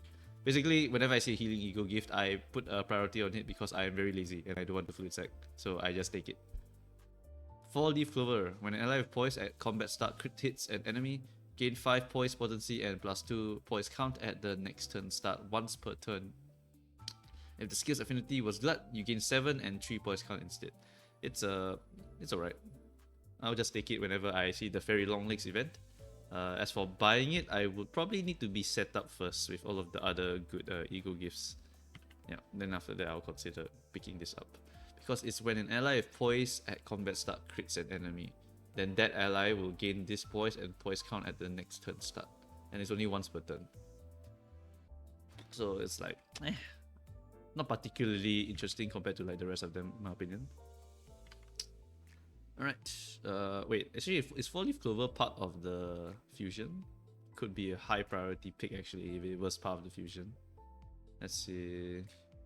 The fusion is Lucky Pouch. Ah, you do need 4-leaf Clover. Okay, so it's a must take pretty much. Every time you see it, you should go and take it. So you can get this really, really stupid tier 4 ego gift. Yep. Right, 4-leaf Clover, must take. You absolutely must take this one. Nightvision Goggles. This gift activates when an ally has 15 plus charge count at turn start. The ally with 15 loses 3 and gains 5 offense level for the turn. Whatever, man. Whatever, I don't care. The charge count character didn't really need that either. So, whatever. Like, like you see how lame I feel like a lot of these other ego gifts are for the charge. Oh, this fragment, okay. That's a great one. This fragment is another ego resource generator. This fragment pretty much is gain +1 ego resource of a random affinity for each non-gluttony ego skill used. So you get a lot of resources. And if you do use gluttony affinity, then you gain 3 of a random instead. So you just get a bunch of resources from anything as long as you use a skill at turn start. So if you use 6 skills, then you get 6 ego resources in addition to the 6 that you generated. So you basically double your resource gain. And if you're using gluttony, then you get 3. So you get 3 times for that one move. Yeah, so it's just really, really strong. Always take this fragment every time you see it. It's just so damn good. And you can also get it for free from this event here. Midwinter Nightmare. Every time I see it, I will always take it for Sinking Gang. And actually for any other character in the game also. Because basically, right, if you slap this Midwinter Nightmare into any team, you actually get a lot of free sinking damage onto the target. So whether you're attacking their sanity, whether you're attacking their HP bar directly, you're just getting free DPS. Like, this is just free damage because you're just applying sinking every time you deal HP damage to an enemy. So that's just free. So actually I would slap in generic, but by right it's supposed to be a sinking thing. So yeah, I should go into the sinking area. But you can take it on any team. It's the same as Nebulizer for Poise. You just take it because it gives you value anyway. So you just take it anyway. It's on hit. It's on hit. Yep. And if you were using a Ref team, you can also just take Wound Cleric even. Yeah, you don't even need to go for a Bleed team. You just upgrade one time, you get the Ref skills. You have some Ref skills, you can get great benefits from this skill. For example, you can do Mind Whip and then you just apply a crap ton of bleed on the target, as well as the sinking, as well as the stagger, as well as the damage. Like, that's just big value. Trill. Every time I see it, I always take it for Rupture Gang. Inflict 3 Rupture potency and +3 Rupture count on all enemies. Turn N, inflict Rupture potency and times Rupture count. Gluttony damage to all enemies with 3 plus Rupture count. So if you're running the Rupture Gang, this is basically just free damage as well as free count application onto all enemies. It will reduce your Rupture count by 2 at the end, but honestly, at that point, you should have your Thunder Branch, you should have your Talisman bundle upgraded so that you will be able to maintain your Rupture count by a lot. Rupture Gang, basically, right, if you get Thunder Branch ++, or you get your Talisman ++, and you have quite a significant amount of other appliers, for example, your 7 Otis with Ebony Stem, you have your Dimension Shredders, so yeah, you have a lot of options to just maintain your Rupture count now. Compared to last time it was really hard to maintain Rupture count. We basically only use Thunder Branch in order to maintain Rupture count. It hasn't really changed, but there's a lot more sources now compared to last time. So I think that this is pretty much one of the must-takes because you get a lot of free extra Rupture application as well as damage. Yep, you get this amount to all enemies, by the way. So if you manage to apply a bunch of Rupture to the targets, you basically, this is like burst burn. It's just burst burn before Rupture. Like, this is the thing I would like for burn to have, and then they added this to the Rupture gang instead. So you get to apply a bunch of Rupture to the targets, and then you just go and burst them for a certain amount of gluttony damage. Very, very cool. When you upgrade it, what do you get? I actually don't know this one. Adds +1 to Rupture potency at turn start, and lowers the Rupture count penalty. Oh, so you get more net positive Rupture count. Wow, that's a top tier upgrade. I would definitely take that. Adds 2 to Rupture potency and lowers on turn end by 1. So it's no longer reduced. Yo, so it's free 3 Rupture count. I'm taking this 100% to the max. The problem is that it is also a 384 base cost, and the upgrades for tier 4s are super expensive. But still, this is just so damn strong. Like, that's 3 free Rupture count and 6 Rupture potency on all enemies. Like, god damn, that's some good shit right there. Oh man, Trill is so good. I'll definitely try to get myself more Trills. Non-disclosure agreement. What's this one? A random ally deals 10% damage. Effective until the agreement expires. The ally deals additional 10% every time it hits with a skill and deals HP damage to an enemy. If the ally takes HP damage, the gift's effect expires. Then you apply the same gift effect to another random ally. Interesting. This Eagle gift, right? It's just generic damage, but it gets lost when you get hit, and it's a random ally. Huh. There's no particular team it synergizes with. It's actually just very, very strong. If you can get that 40% damage buff for free on every skill, right? That's a lot of damage. Yeah, I think I always buy that actually. I think I always buy it when I see it. You can get it from an event also, that's quite nice. No upgrades. 10% damage. At a random ally deals 10%, and then that increases by 10%. Yeah, I can't see any downside to this. It's just free damage. Even if you don't keep it, you get 10%. And if you do keep it, you can go up to 40%. So that's just winning no matter what. Yeah, I think I always buy this. I always buy it no matter what team I'm on. Blue Zippo, this one is very simple. It gives you ego resources, so I always buy. Anything that gives me ego resources so I can spam at the end, I always buy. Phantom Pain, free damage, literally free. Like, there's no reason to not take this. Skills with 1 attack weight, so as long as you do a single target attack, which is almost every normal skill in the game, with the exception of Yi-Sang skill 2, Sun Shower Yi-Sang skill 2, and Regret Foul skill 3 and skill 2. I think those are the only 2 exceptions. And of course, She Heathcliff with his skill 3 when he's 50%. I can't remember the requirement, but She Heathcliff now does have an AoE on his skill 3, and I don't really know why it's like that. But yeah, basically always take this. Yeah, always a top tier take. Thunder Branch. Thunder Branch is just stupid good. You can use it on any team comp if you want, because it's just free damage of Rupture potency and Rupture count. But it particularly shines with the Rupture gang as expected. You increase the Rupture potency application all the way, and when inflicting Rupture with skill effect, you also apply +1 Rupture count, effectively giving you positive or neutral Rupture generation. So you'll be able to always maintain your Rupture count the moment you get Thunder Branch ++. If the skill's affinity was Gloom, even better. You can inflict 3 Rupture potency and +2 Rupture count instead, so you get positive Rupture count application, and helps you to maintain your shit really, really easily. I would easily slap this into generic if I could, but I think it's more suitable to just slap it into like the top of Rupture here. I'll just reorganize this later. Thunder Branch is a must take. Ignore the list. This thing will definitely be like here. Maybe I'll just do something like this. Yeah, okay. Melted Eyeball. Inflict 5 offense level down and 5 defense level down next turn against enemies affected by Tremor Burst. 5 is quite a lot. Yeah, I'll probably take this. I remember once upon a time it was not that strong, but 5 is actually quite a lot. Yeah, 5 is quite a bit. It's about 1.8 or 1.7 of fragility, and this is 1 clash down. Then you can squeeze out more other options to reduce offense level down. then you can actually affect the clash by quite a bit. I think it's quite okay. Yeah, and it's next turn also. It's next turn. If you can get the this drink over here, you also can do double burst, right? And that is a global burst on every enemy, which means that you will be able to get these benefits onto every single enemy. And then you also stack this with your Regret Faust, because Regret Faust also stacks more defense level down. So with her 6 defense level down and this 5, you get just the equivalent of a lot of fragility on the target. That is how much? That's I think about 3.8-ish fragility on the target, which is still very, very significant. And you can stack that with the bell, and the bell will also give you more fragility. So yeah, it's just actually quite good if you stack it with the Tremor Gang. I think this is very, very strong. Grey Coat, using a skill with 2+. Yeah, okay, I'm buying this. When hitting an enemy with a skill with 2+ or a Gloom, heal. This part is a bonus. This part is the one I care about. 2+, that's so easy. Because they buffed every single ego in the game with uptype 4 and made it AoE. So this is just free damage as long as you use an ego that has a little bit of AoE. Literally just free. So always take. Illusory Hunt.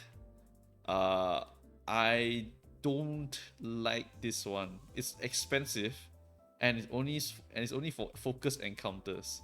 And it applies 2 damage up to all allies. I don't like paying for that kind of stuff.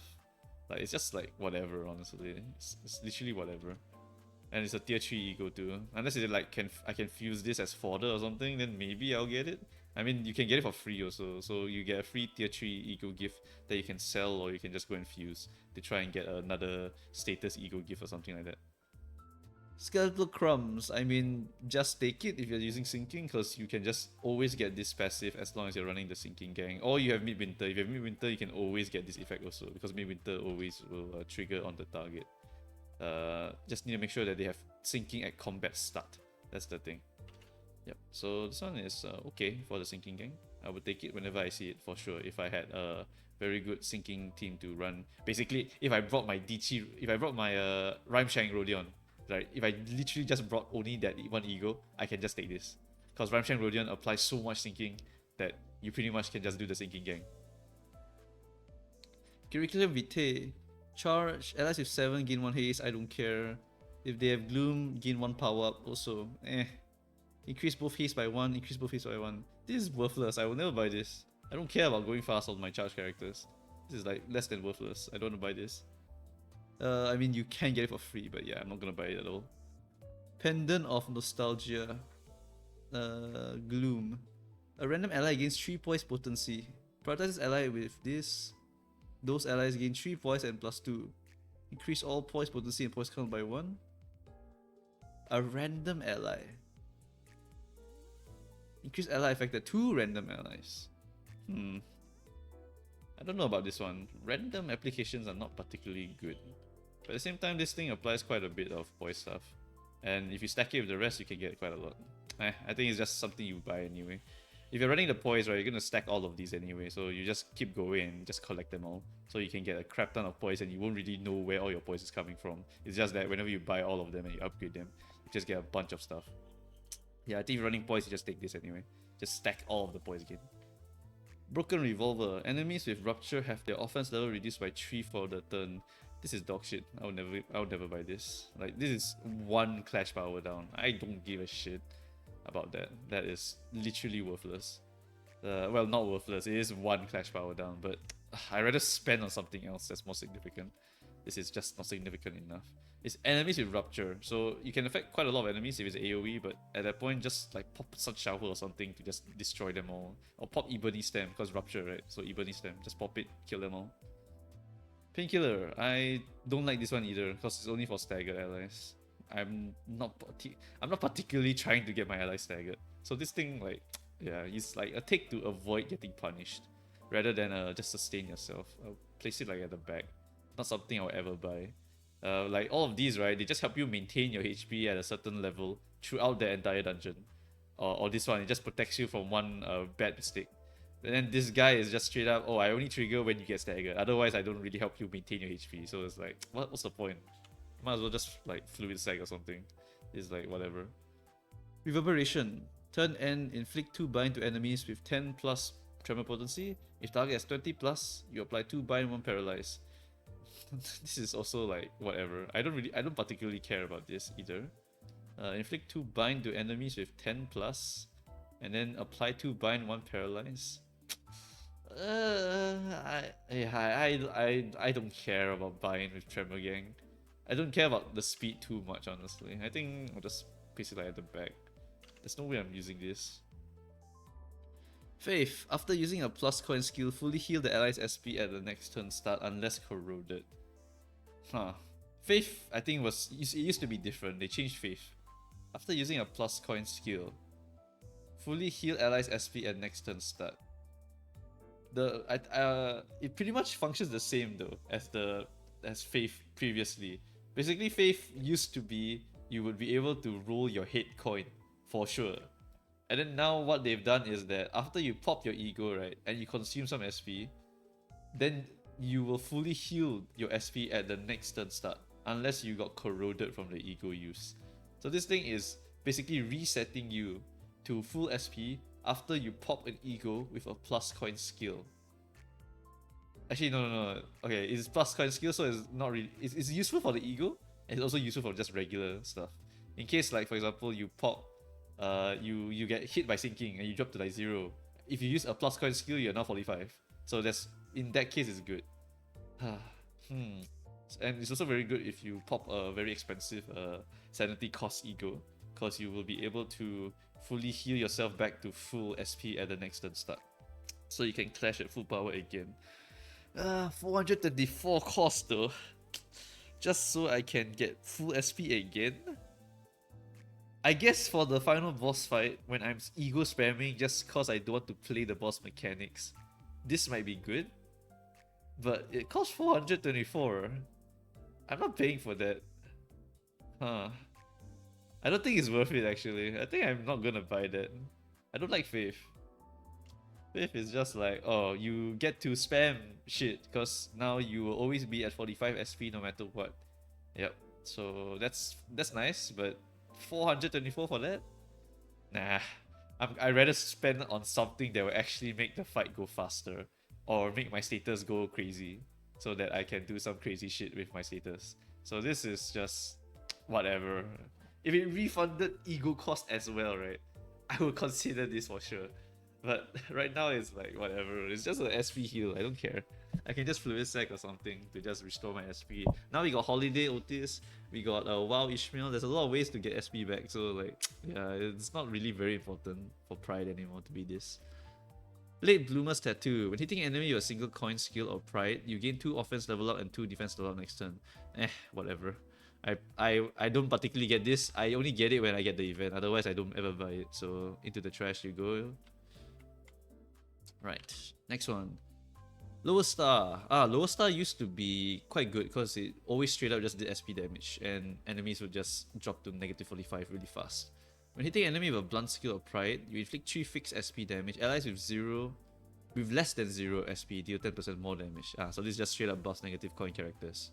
When hitting an enemy, they deal 4 fixed SP damage, and allies with less than 0 deal 15% more. Basically, if you have Sun Shower, Sinclair, or you have wait, no, sorry, not Sinclair. If you have Sun Shower Heathcliff or you have Enclair, then you can use this. Because 25% more as long as they're less than 0. Oh, that's easy. They basically always get it. A situational top tier. Yeah, this is a situational top tier you go. You buy it when you have your negative SP characters, and you don't buy it if you don't have your negative SP characters. There's quite a few of these actually. Pretty much the same logic as these, right? Pretty much this archetype here is if you get it early, or if you have a specific character to run it with, like the Sank Eagle. The Sank one is for the Sank team, and this one is for the negative SP team, which currently we only have 2 characters of. I wish we had a few more negative IDs, but maybe they're having trouble balancing negative IDs, so they're not really releasing a lot of them. I don't really know. Prejudice. I never take this. I never buy it. It's just like one of the shittier healing ones. At the start of the combat encounter, the ally with the least HP heals 15% of max HP. When you activate your Pride Absolute Rest, the ally with the least HP heals 25%, blah blah blah blah blah. It's a healing ego, but the requirements make it so that I don't particularly like it. It's only 1 ally for the top part, and then for the bottom part, it's also 1 ally. So yeah, I rather get something that just maintains the entire party's HP at a certain level rather than one thing. And you have to pay 152 for it also. So I never buy it. If I get it from the Spider of Marriage, I consider it okay, that's cool. Otherwise, I don't ever buy this. So in my opinion, it just goes down here. I'm not like sad to see it if I get it, but I definitely don't buy it. Deals bleed. Okay, if I'm using a bleed get, then this is definitely something I'll always buy. Because you will be able to do a bunch of extra damage to targets with bleed. Well, it's 10%. It's 10%, so it's basically 1 damage up. And then you also take less damage. Allies with Pride Affinity deal 20% against enemies with bleed, which is nice. Pride Affinity, I can think of Hook Lu. Hook Lu has it. KK Honglu also has it. I can't remember who else has Pride skills for the Bleed Gang. Bleed Gang. Pequod doesn't have Pride, it's more Envy. Yi-sang, I don't know if he's Pride, I can't remember already. But I think... okay, now I don't know whether this is actually very good or not. But at the same time, you get 10% more against targets with Bleed. And you take 20% less no matter what. So this part here is always happening. 20% less, how significant is that? Well, since Pequod wants to get hit, Pequod Heathcliff wants to get hit, maybe this could be very okay? I don't know. Maybe I'll put it on the lower tier. It's not like this ego gift, right, would be okay, but the thing is there's like so many other good bleed ones to be going for up here. So rather than get this, I'd rather just save up for something else that's more significant. So I don't think it's very high in the priority list. After defeating an enemy by using a Pride Affinity or Pierce damage, you raise the unit's Pierce power by 2. I always take this when I'm using Pierce characters. It's the same as the Sticky Muck here. Sticky Muck is also the same. Pretty much just go for them whenever you see them. That's pretty much what I will do. Tomorrow's Fortune. I never take this unless it's free. Because I really don't see a point in taking an extra option when choosing an ego gift to get. Especially when you have to pay 140 for this in the first place. I don't particularly care about this part here. I mean, could be nice if you are just like early in the run, but I would rather just take stuff that actually helps me rather than increasing my chances of getting it later. I personally don't take this, and I usually work out fine. You can take this though if you are really fishing for certain egos though, because you increase your chances of getting that ego by 1. So yeah, there's a lot. Artistic Sense deals plus 35% damage against enemies suffering negative effects from SP loss. Execute effect applies to enemies without sanity. The affinity of the damage inflicted changes to whatever is most effective. That's nice. Increase percentage to 40%. So you deal 40% against enemies suffering negative effects. And amends the enemy condition to those with 0 or less SP, okay? Increase percentage to 50%, so now they 50%. Whoa, that's a lot, okay? Or without sanity. Oh my god, okay, no, this is top tier. This is a top tier ego gift. Okay, that's 50% more. That's 50% more. Yo, the 3 of you get out of the way. Make way for the new king. Why is Red Order on the left? I don't even remember what Red Order does. Okay, wait, Red Order. What do you do? Oh wait, you're not that useful. You get out, you're like here or something. These two are immensely more useful than you. Move you guys here. Yeah, this thing is insane. This water is just ridiculous. Where the hell is it? What's it called? It's called Artistic Sense, yes, Artistic Sense. Oh my god. Upgrade these 3 times. The tier 4s are upgraded, right? Some of them are just insanely busted.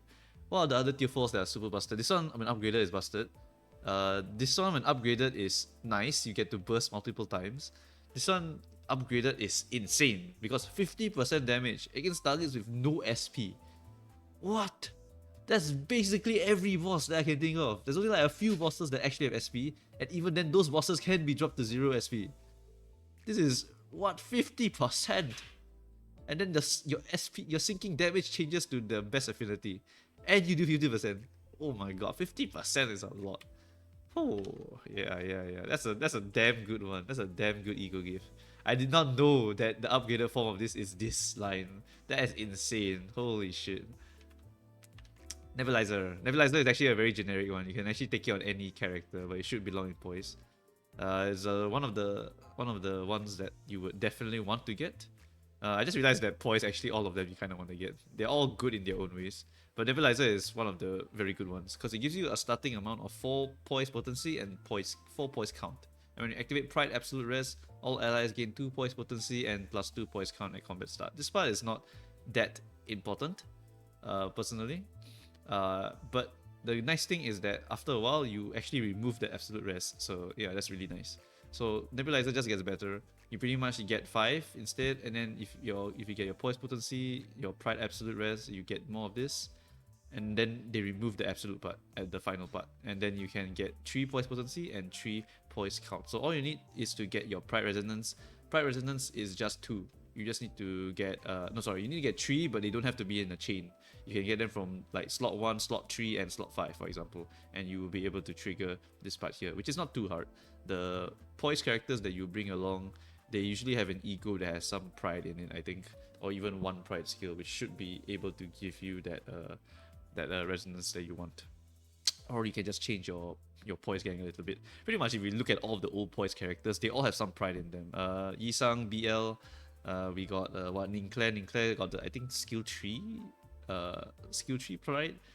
And then of course you can get like Otis, and then just use the base ego. Base ego to Paphos literally is just pride. So yeah, you'll be able to get your Poise stuff for sure. Yeah. Special contract. Enemy stagger by taking skill damage, also receive fixed damage by 33%. And are inflicted with 2 fragile next turn. I always take this because this just is a huge ass nuke onto a target, no matter what. And Abnos just means your boss. So whenever you fight a boss, or whenever you fight any enemy in the game, by the way, it affects any enemy, but this in particular, right, HP scaling on bosses is really powerful because the boss is usually super thick. And if you nuke their body, but usually the body is like 1000 something HP, 33% of that is 300 something.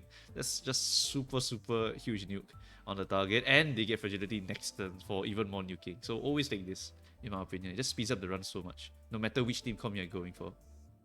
Grand welcome. Very simple, always take. Because you get 5 pride ego resource. Whenever enemy die, you gain more pride and 1 ego resource for 2 random affinities. This is literally one of the ones I always take in the game. Risk Guards. Risk Guards is allies with 5+ charge count gain 1 damage up. If the ally has pride, they gain 2 damage up instead. Lower requirement, and increase damage by +1. Not that useful, but it is, in my opinion, a little bit more useful than the rest, because damage up is just damage up, right? There are some of these is like, whatever, man. Fluorescent Lamp is something new. I haven't actually looked at what it does. Rupture. If the enemies or abnos with Rupture, apply 1 damage up or 1 haste to a random ally, and repeat. Number of enemies or number of abno parts with Rupture +1. So if the target has 2, then I will be able to get 3 damage up to random allies, and then you can get +3 when you upgrade it 1 time, and then replaces or with and. Oh wow, that is, I just realized it's actually so shit without the upgrade, because it's or, so you either get haste or you either get damage up. But if you get both, then that is real good. So if I get 2 parts, let's assume it's a body and a head, like the Sun Shower Wolf, I mean the Fox, then you'll be able to get quite a bit of damage up, right? That's a Rupture +3, so I ruptured both of them, and then I get +3, so that will trigger 4 times, I think. Yeah, that triggers 4 times. No, 5 times. Yeah, it triggers 5 times. So I get 5 damage up to random allies. But the problem is it's only to 1 ally. I don't know. I think it's better if you do solo. I think if you're doing solo, it might be a lot better. But if you're doing it with multiple characters, this is not particularly nice. But at the same time, it is a lot of free stuff. Thunder Branch is just so damn good. Okay, so let's see. I think the top 3 is definitely like these guys here. Yeah, Trill. I always buy Trill. This one is whatever. This one's whatever, and this one's actually better than whatever. So maybe you should go here. Maybe something like this so far. Yeah, I always buy these for sure. Yeah, for this it's okay, I guess. Maybe you fight a shit ton of enemies. You fought like the Sun Shower Fox, and then all of his umbrellas were on the field at the same time, and you evenly stem them. Oh, but no, you want to kill the umbrellas. It's at turn end. I don't know. I don't know. You only get like a few procs of this. Like it's okay. It's a nice boost, but it's not like a super significant boost to Rupture anyway. It's more like just give you damage up in exchange of checking whether the enemy has Rupture or not. Alright, Broken Compass, Sinking and Pride. I've never seen this one either. Let's see. First turn, start of a wave. Inflict. Oh! 5 plus number of something enemies times 3. Sinking count. So that's 15 sinking count if there's only one enemy. Yeah.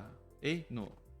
5 plus 1 times 3. So let's say there's one boss. So it's going to be 8 sinking count between all enemies or all parts. So it's going to split 8 among 2 Abno parts, for example. For Abnos, only the core counts as an enemy. Oh, okay. Yeah, that makes sense. Okay. And then you also apply more sinking count, and then increase the number of enemies multiplied by 1 from 3 to 4. So you get 4. So if there's one enemy, one core, then you get 10 plus 1 times 4. You get 14 sinking count split between all the Abno parts. That is not bad. That is actually not bad. That is quite a lot of sinking count for you to start your sinking shenanigans. And then after that, you can add on with your corroded Rhyme Shank, and then you can stack up your sinking counts to ridiculous levels, as well as your sinking potency to ridiculous levels. So yeah, that's a really good one for sure. Lunar Memory, no questions. If you have 600 and you see it in the shop, you 100% buy it. There is no question about it. This one is just all enemy type and affinity fatal. Simple, broken, always buy. Nixie Divergence. First turn, inflict 4 potency and tremor count to all enemies, and when you hit an enemy with an NV skill, you inflict 2 tremor potency on the target. Changes it to first turn of a wave, okay? First turn of a wave. What does that even mean? First turn, start of a wave. So that means that if it is a multi-wave fight, so wave 1, wave 2, then it will trigger it every time. Okay, that's nice. And then increases the potencies by 1. I think it's okay.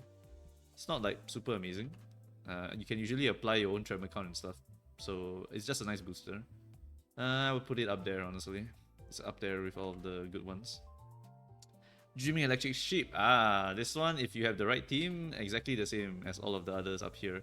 If you have the right team, you always buy it. I need to go and make a separate section for this. This generic shit is getting out of hand. Battery is broken. I always buy. Battery is broken along with Thunder Branch. Not as broken as Thunder Branch. Thunder Branch plus is just too good for potency and count application. But standard duty battery is straight up. You inflict potency of 3 every hit. So you can actually use it on any character in the game. You will always get value out of the Rupture. So you do additional 3 per hit basically. But for the Rupture gang, this is quite more significant because you actually help to stack up your Rupture stupid fast. Yeah, you don't even need Talisman Sinclair. You pretty much already have Talisman Sinclair just by this. And then you just combine into the high level Ego Gift, the tier 4 one. That makes it so that every time you hit, you apply 5 Rupture potency. Yeah, now you're cooking. Pinpoint Logic Circuit. Pretty much if you are running Burn team, you just take this. Like, you just take it. If you're running NV team, you can also take it. It's just a free addition of Burn, and Burn is just free damage. So I would consider this a very good generic ego to just go and take, because you can just get the value if you're using Envy, or if you are just using team members that can inflict burn, then you just inflict additional burn, so you can hit your 99 really fast. Or just treat it as free damage if you are using a non-burn team. Voodoo Doll, I don't like this one. The 2 attack power down is nice, but I would rather buy other things than this one. Like 2 attack power down is significant, right? It's actually 2 clashing power against an enemy, which helps you to win rate a lot better. But at the same time, by the end of it, right, because I've stacked up all of my ego resources, I usually just ego the ones I don't win. So I just don't give a shit whether this part triggers here. Not to say that it's bad, it's okay, this part. But I would rather try to get stuff that sustains me, stuff that gives me more ego resource, stuff that actually helps me to kill my enemies really fast. compared to all of the others, or they help me make my status go even more crazy. Clear Mirror Calm Water, this is just, if you are running Poise, you take it, otherwise you don't really take it ever. The fact that the ally, oh wait, you can upgrade this one now, oh, I did not know that. Oh, it becomes 2 times, okay, and then it becomes 2.5 times, alright, and then you add 2 offense level up, so the ally gains 12 and activates 1 spell identity. Okay, this is that is disgusting. What the hell? That is 15 offense level up. That is 5 extra clash power. This is whoa, that's a cook. Oh my god, Poise is cooking. Holy shit. Oh my goodness, I definitely want to get this orb whenever I see it. That is a lot of clash power. That's a lot of clash power and damage amp. Holy shit. It goes from 1.2 to 2.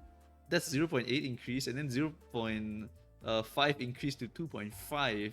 2.5? What the hell? That's a lot of damage, dude. Your Twin Hook Gregor will just one tap a boss, like 1k damage. Boom, he's dead. So crazy. What the hell? Alright. Charge this. When an enemy with burn is defeated, inflict half of the burn. This one's okay. I don't usually get this one. Like, this one is okay if you're doing ad fights, right? But then if you go to the boss fight, like that's the one where I always have trouble. It's not usually the ads, but although it does speed up your ad fights a bit. Okay, it's not as useless as the other ones at the back. This one is for fodder, so you would still take it if you're trying to get this combination for this one here. But this one is really bad. Yeah, I don't know. I don't know about this one. Charred Disc. You have to defeat an enemy, and then you inflict half of the potency to another person. Turn start, inflict 4 offense. Okay, that actually makes it a lot better. The offense level basically gives you 1 additional clash power, as well as this nice bonus effect here. So it's not that bad, yeah. Lightning Rod, here we go. Lightning Rod, pretty much you just get all allies gain +5 charge count. And if 2 more participating have envy, you get 7 instead. So that is how one of the methods of getting your turn 1 skill tree. So that is added here. Endorphin Kit. Endorphin Kit is really good. When gaining poise from skills, you gain +1 of it. And if the skill was envy, you gain more. This is super good for Pequod Yisang and Pequod Heath, because both of them are envy related and they love poise. So this is definitely made for them. And with every upgrade you get 1 more poise count and 1 more poise potency. So you can get a lot of good shit. So this one definitely must take if you are running your Pequod gang in your crit team. I need to move this around later. I'll just think about it later. Headless Portrait. I think you need this for the fusion, for the sinking, and the sinking one is quite good. So I would say this is probably a must get when you see it. For this one, the actual effect of this thing is okay. It's not like super amazing. Pretty much this ego gift makes it so that you inflict 4 sinking potency and +1 sinking count on all enemies with less than 0 SP at combat start, right? Honestly, I would just buy this just to use it as fodder for the fusion rather than actually like upgrade it to use it, because upgrading to use it is nothing compared to the fusion. I'm pretty sure you need Headless Portrait plus Necklace of Remembrance or something like that. I can't remember what was needed. I'll check again, but I know this is one of the tier 4 recipes. Charge type gloves. That's the one. All allies gain +5 charge count. Oh, can be upgraded now. Let's see. Increase encounter start charge count by 2. Okay, so technically if I get this one plus this one max upgraded, I would get 15 charge at the start of turn, which lets me do my Dither Rip Space without taking health damage. But at the same time, that doesn't really matter too much. Yeah, okay, don't upgrade this. Just take it because it gives 5 already, and 5 plus whatever your teleport is giving you is already plenty enough for your turn 1 skill tree. So this is the main combo I always look for when I run it, and then after that, the rest is just because I got nothing much else to do. So yeah, honestly, I'll probably dip into some of the other like ego gifts here, or any of these like really good ones. As you can see, the generic ones are like mountains of generic good ones. So you always have like a lot of good options to pick for. And for charge, honestly, once you get these two, I'm good already. I don't need the rest of these. Like if I take the rest of these, it's just cause I have the money and I just see them and I'm like, oh, that's charge. I click. So yeah, there's like no brain power when it comes to my doing MD3. I just see, oh, that's charge, and I'm running charge. I'll just buy that. But in particular, I always look forward to these two. If I see them, I'm like, oh, yes, I got the combo. Yep. Right, piece of relationship. Oh! Holy shit, they buffed it. Okay, it used to be, it costs less, right, to deploy IDs. But this one is gain levels, and levels is really powerful. Levels makes it so you deal, you have more offense level, you have more defense level, so you take less damage, you deal more damage.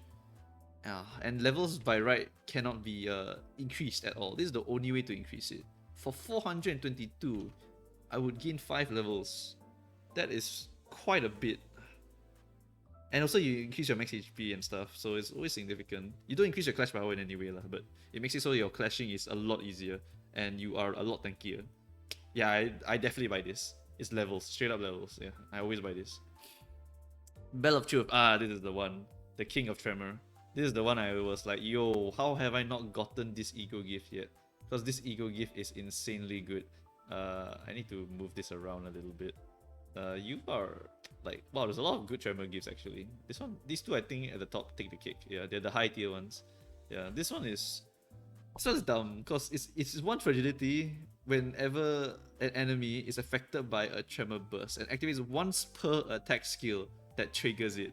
It's once per. So you can stack up to 6 if you use every character and you just burst.